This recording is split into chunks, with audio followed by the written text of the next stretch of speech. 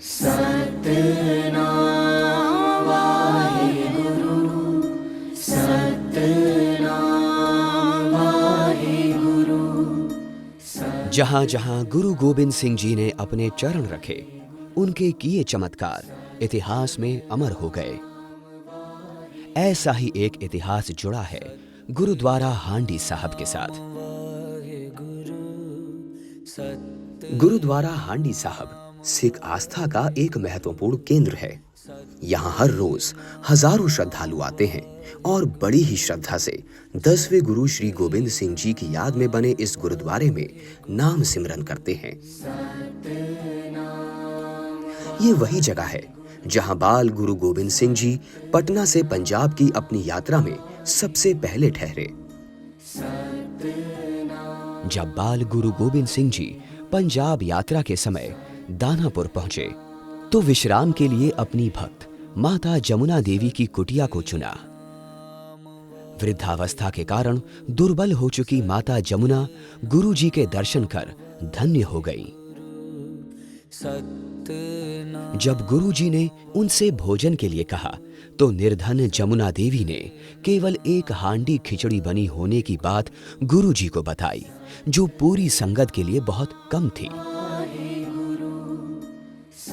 तब बाल गुरु गोबिंद सिंह जी ने उस हांडी पर एक कपड़ा रखकर माता जी से कहा कि वो पूरी संगत को इसी हांडी से खिचड़ी परोसें, और गुरु जी के साथ आई पूरी संगत ने उसी छोटी सी हांडी से भोजन किया।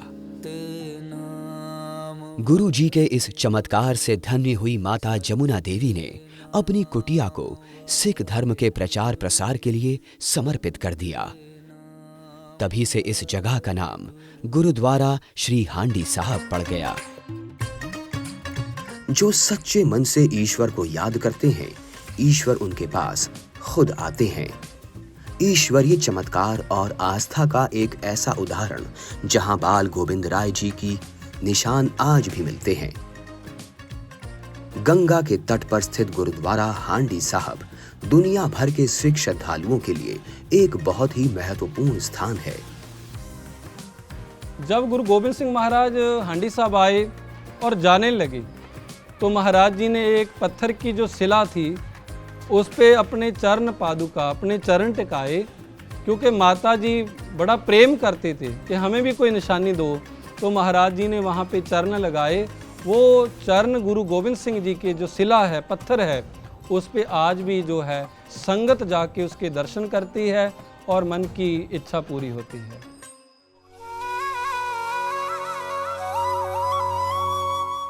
इसी घटना की याद में गुरुद्वारा श्री गुरु हांडी साहब में आज भी लंगर के रूप में उसी तरह खिचड़ी बनाकर संगत को परोसा जाता है।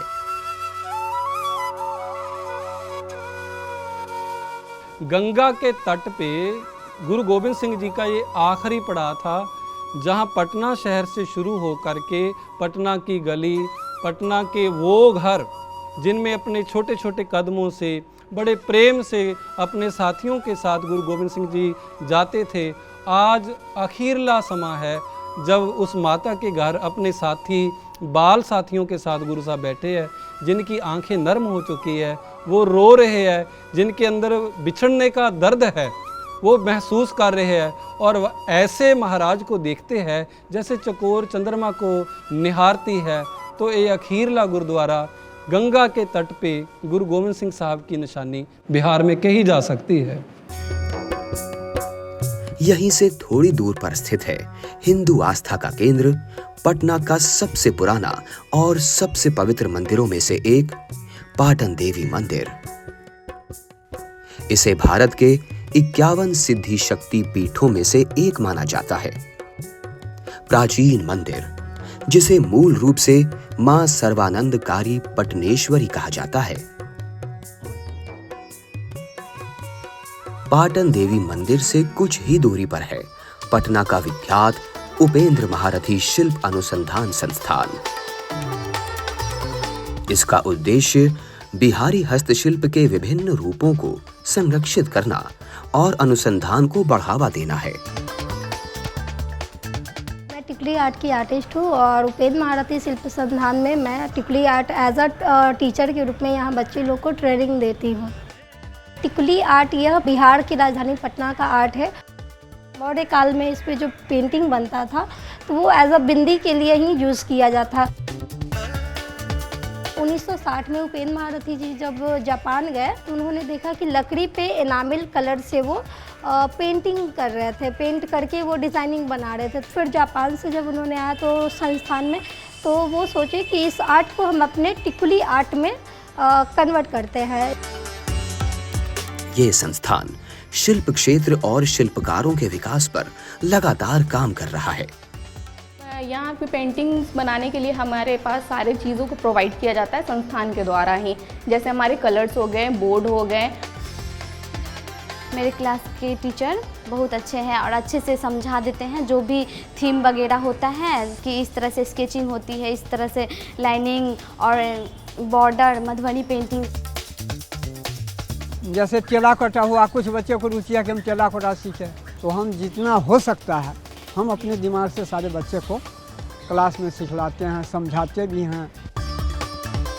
तो ऐसे हमारे घर में 2 नेशनल अवार्डी हैं। हम जैसे स्टेट अवार्डी है, मेरा एक लड़का है वो भी स्टेट अवार्डी है, 2 भतीजा स्टेट अवार्डी है, एक भाई स्टेट अवार्डी है, फिर एक भतीजा स्टेट अवार्डी। यह संस्थान उत्पाद विकास, अनुसंधान और प्रशिक्षण गतिविधियों का संचालन करता है और राज्य के विलुप्त हो रहे शिल्प को सुरक्षित रखने का भी प्रयास करता है। राज्य के विलुप्त हो रहे शिल्प को सुरक्षित रखने के लिए कलाकारों तथा शिल्पकारों द्वारा बनाए जाने वाले उत्पादों को बिहार सरकार द्वारा देश भर में स्थित बिहार एम्पोरियम के माध्यम से खरीदारों तक पहुंचाया जाता है। ये जगह मधुबनी कला की एक विस्तृत श्रृंखला संग्रहित करती है। इसमें कपड़े और कागज पर चित्रित फ्रेम युक्त और बिना फ्रेम वाली मधुबनी पेंटिंग, मिथिली पेंटिंग के सामान जैसी साड़ी, स्कार्फ और स्टॉल भी उपलब्ध हैं। पटना के अनेकों सांस्कृतिक और पारंपरिक खानों के बिना यहाँ की यात्रा अधूरी है। इन्हीं व्यंजनों में से एक है अनरसा। मेरे बाबूजी पहले कोंचा पर बेचते थे और हमने 35 साल पहले दुकान की है। ये अनरसा 70 साल से मेरे यहाँ बनता है। पूरा पटना में सबसे टॉप में नहीं दुकान है। अनरसा हमारा पूरा पटना में फेमस है। मैं ओरिजिनल खोवा का अनरसा बनाता हूँ। पिसे हुए चावल, चीनी, खोया और तिल के मिश्रण से बनाए जाने वाले अनरसा एक बहुत ही प्रसिद्ध मिठाई है। अनरसा जो मिठाई होता है वो बिहार में ही मिलता है और मेरे यहाँ बहुत स्वादिष्ट बनता है। लोग देश विदेश और कुछ शहरों से आकर, जैसे पंजाब से होते हैं, दिल्ली से आते हैं, लुधियाना से आते हैं, ऑस्ट्रेलिया से, अमेरिका से, सगरों यहाँ मेरे यहाँ से अनरसा ले आते हैं। हर जगह मिलता है, मिठाई हर तरह का मिलता है, लेकिन अनरसा बिहार में ही मिलता है। अनरसा के साथ साथ एक और चीज जो पटना में बहुत पॉपुलर है वो है मरीन ड्राइव। जी हाँ, जेपी गंगा पथ या पटना मरीन ड्राइव। पटना में गंगा नदी के किनारे एक एक्सप्रेसवे है।